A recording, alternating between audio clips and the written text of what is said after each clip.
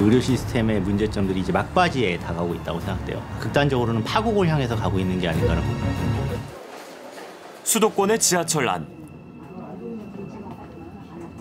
당일 MRI 검사가 가능하다는 병원 광고가 양쪽 광고판을 꽉 채웠습니다.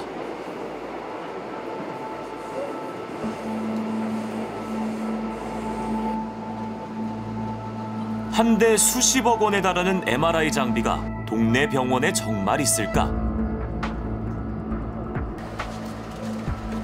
광고에 나온 병원을 찾아가 봤습니다.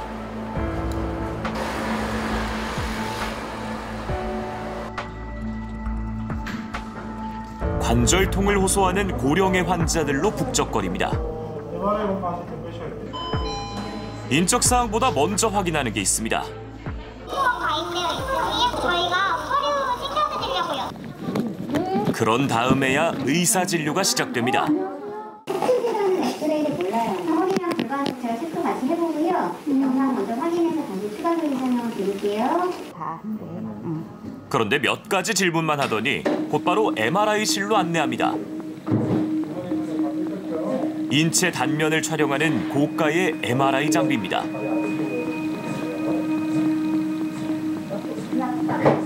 검사할 때 기계가 소리가 좀 시끄럽습니다. 그걸 참아주셔야 되고. 30분간 검사를 받고 다시 의사를 만났습니다. 아니, 일단 생각하는 제가 시술이랑 설명을 드렸고요. 일단 안에 먼저 제일 많은 거고 진행하세요. 무슨 시술을 받아야 하는지 자세한 설명은 상담실장이 합니다. 시술을 튀어나온 디스크를 잘라내거나 하는 게 아니고요. 튀어나온 거를 풀어준다 생각을 하면 돼요. 신경 주변에 약물을 주입해서 염증을 가라앉히는 거죠. 시술 비용은 215만 원이에요. 오늘 시술을 해야지만 MRI 검사비와 시술비를 실비보험 받을 수 있다고 합니다. MRI는 보험이 안 되니까 비용이 세잖아요. 뭐 다른 날 시술하시면은 입원 처리가 안 되고 오늘 하시면 MRI 입원으로 딸려와요. 그러니까 조금 더 유리하실 것 같아요.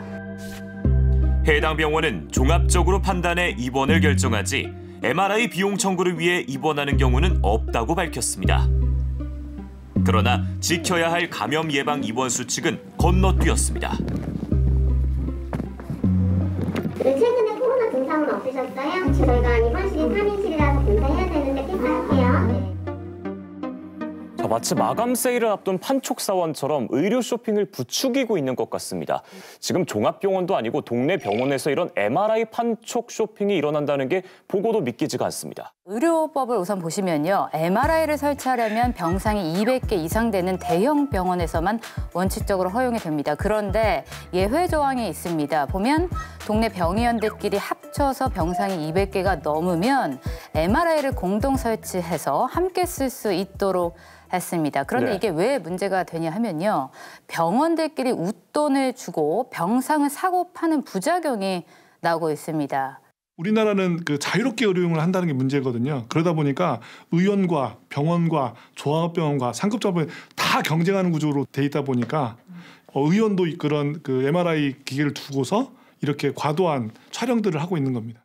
최근 MRI 검사에 대해서도 건강보험 적용을 받을 수 있는 이른바 급여가 확대되면서 불필요한 진단에 대해서 MRI 검사가 낭비되고 그래서 건강보험이 낭비되는 거 아니냐 이런 지적도 있었잖아요. 정확한 지적인데요. 2017년부터 건강보험에서 MRI 적용이 확대가 됐습니다.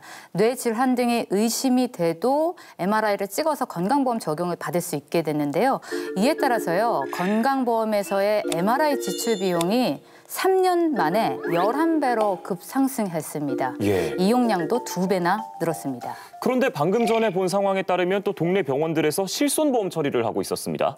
해당 병원은 관절을 주로 치료하는 병원이어서 의료법상 건강보험 적용은 MRI가 되지 않습니다. 그런데요, MRI 급여가 확대되면서 의료 소비자 입장에서는 MRI가 친숙해진 겁니다. MRI 검사를 받길 원하는 수요가 늘어난 것으로 분석이 됩니다. 가격이 너무 비싸면 수요가 줄어들 것이고 그렇게 되면 저 정도의 큰 규모의 시장이 형성되기가 어려울 것 같은데 어떻게 이게 유지가 되고 있는 것인지 그것이 또 의문입니다. 동네 병원에서 MRI MRI 시장이 형성될 수 있었던 배경에는 실손보험이 있습니다. 실손보험에 가입이 되어 있으면 비급여로 MRI 검사를 받아도 일정 부분 보전이 되기 때문에 네. 의료 소비자 입장에서는 큰 부담을 느끼지 못할 수가 있습니다.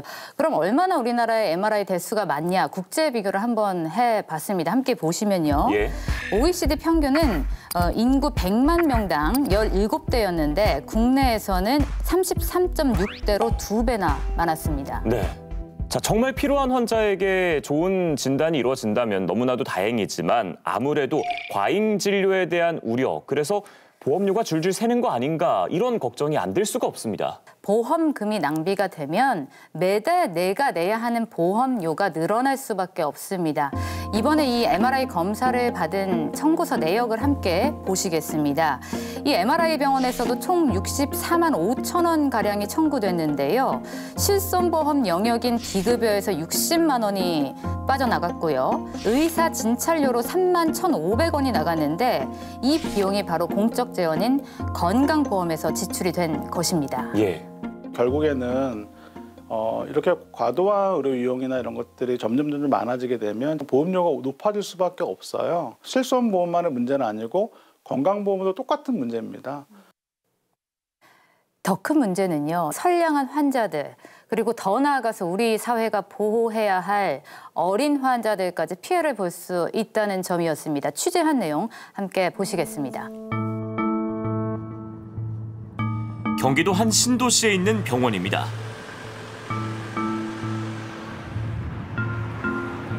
피부 진료를 주로 하는 의원인데 언어 치료를 하는 아동발달센터도 있습니다. 아이고 안녕.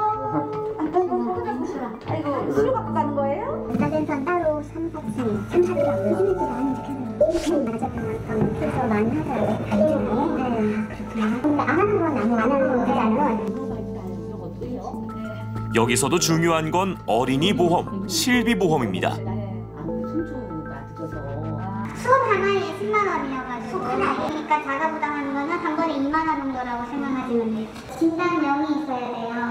근데 웬만하면 다 받게 해줘요. 실비 다 되도록 웬만하면 해줘요.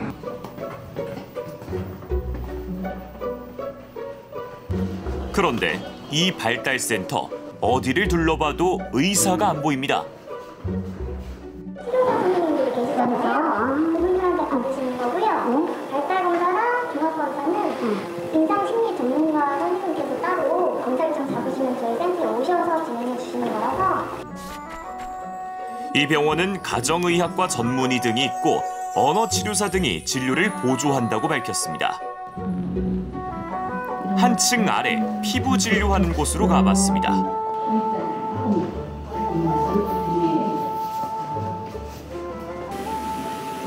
잠깐 오셨습니다. 브로션도 처방 올렸으면 거예요? 네네. 피부 검사 많이 하신가 봐요? 네, 많이. 선생님 저기 발달 거기. 아, 네네. 도착 해보실 적 있으세요? 네네. 네, 힘들어보시고요.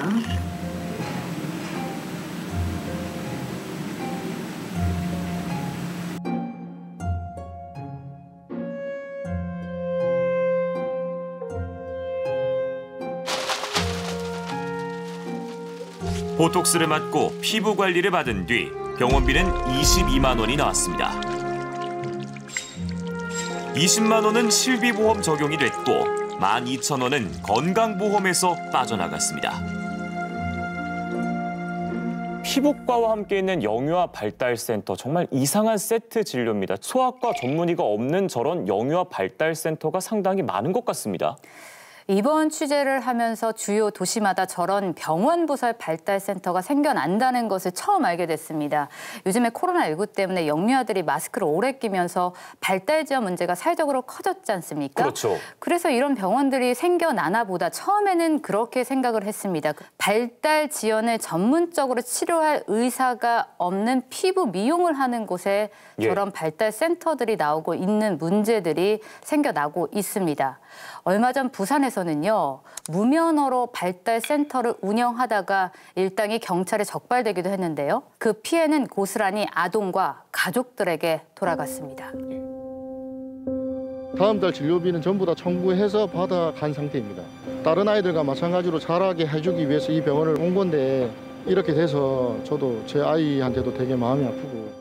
상업적 목적으로 이런 영유아 발달센터가 많이 생기게 되면 정말 받아야 할 치료, 특히나 이 전문의, 의사의 진료를 받아야 되는데 그러지 못하는 경우가 생기지 않을까 우려됩니다. 기본적으로 우리나라는 의사 수가 부족한 국가입니다. 국민 1000명당 의사 수는 2.51명으로요. OECD 평균 3.41명보다 낮아서 거의 하위권 수준을 기록하고 있습니다. 그런데 주목할 것이요. 인구 1000명당 병상 수는 12.65개로 OECD 국가 중 1등입니다. 그렇다 보니까 환자가 제대로 진료를 받을 수 없는 구조적인 모순이 반복이 되고 있는 겁니다. 이렇게 의사가 부족한데 또 돈이 되는 비급여 분야로 의료진이 쏠리다 보니까 정말 생사가 오가는 필수 의료 인력의 분야는 의료진이 계속 부족한 그런 악순환이 반복이 되고 있습니다. 제일 핵심은 어쨌든 지금 인력 자체가 수가 부족합니다. 절대적으로 이 필수적인 어떤 응급진료를 할 수 있는 인원 자체가 매우 부족해요. 수술할 수 있는 의사 선생님이 그때 오프인 경우 많고 하면 응급실 가거나 아니면 119에서 전화를 해도 못 받아요. 사건은 상급 종합병원이 5개나 있는 대구 시내에서 일어났습니다. 일요일 낮 2시쯤이었습니다. 건물에서 10대 청소년이 추락했다는 신고가 접수됐습니다. 구급차는 신고 2분 만에 도착했습니다. 그리고 7분 뒤 환자를 태우고 병원을 찾아 떠났습니다. 다행히 그때까지는 의식이 있었습니다. 하지만 제일 가까운 대형 병원에서는 받아주지 않았습니다. 응급실의 의사 선생님이 진단을 하신 거죠. 정신과 진료가 필요한 것 같다. 우리 주말이라서 정신과가 되는 병원이 많이 없어요. 번역 외상센터가 있는 지역 거점 병원도 환자가 너무 많다며 받아주지 않았습니다. 그렇게 10곳의 병원을 돌아다녔습니다.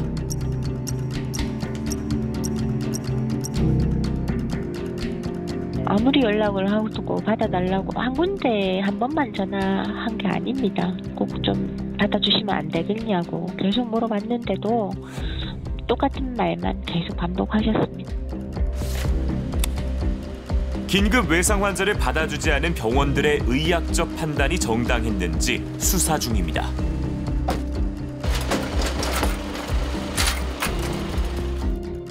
의사들도 소환해야 되고 유족은 지금 상당히 충격을 받아가지고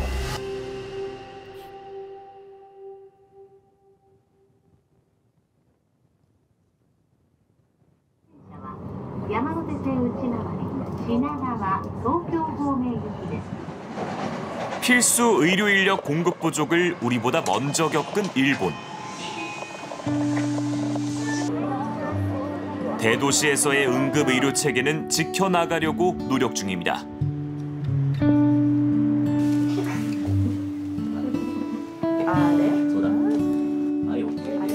小児科の医者ってやっぱりすごい慢性的に足りないっていう状態なんですよ。自治体が夜の診療所を運営していて、で僕らも交代でそこに出勤して当番するっていうことはあったりします。先生たちが持ち回りやってるところもありますけども。 민간 동네 병원 의사들이 참여하는 지자체 운영 야간 구급센터가 큰 역할을 하고 있습니다. 地域に必ずどこか近くにそういうのがあるので、そこにまず電話をして受け入れてもらえるかどうかと確認をしてから受診をします。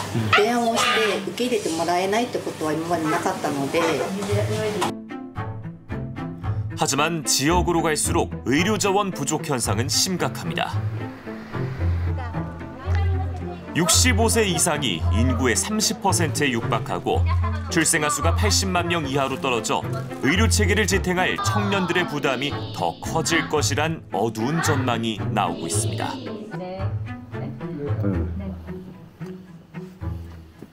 GDP の250% を抱える政府の借金がありますので、国債等の借金に頼ることもできない。そうなってくると、やはり本当に助ける人を助けていくというような仕組みを作っていかないと持たないんじゃないかなという心配をしています。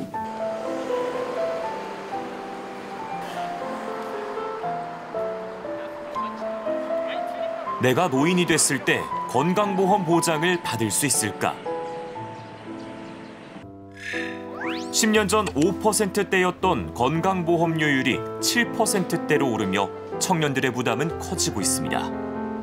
언젠가 내가 아플 때 혜택을 받을 수 있는 부분이라 필요한 제도라고 생각을 해요. 저희가 받을 수 있다는 확신만 있다면 저도 사실 그 돈을 그냥 낼 의향이 있거든요. 하지만 이대로 간다면 청년들의 바람은 이루어질 수가 없습니다.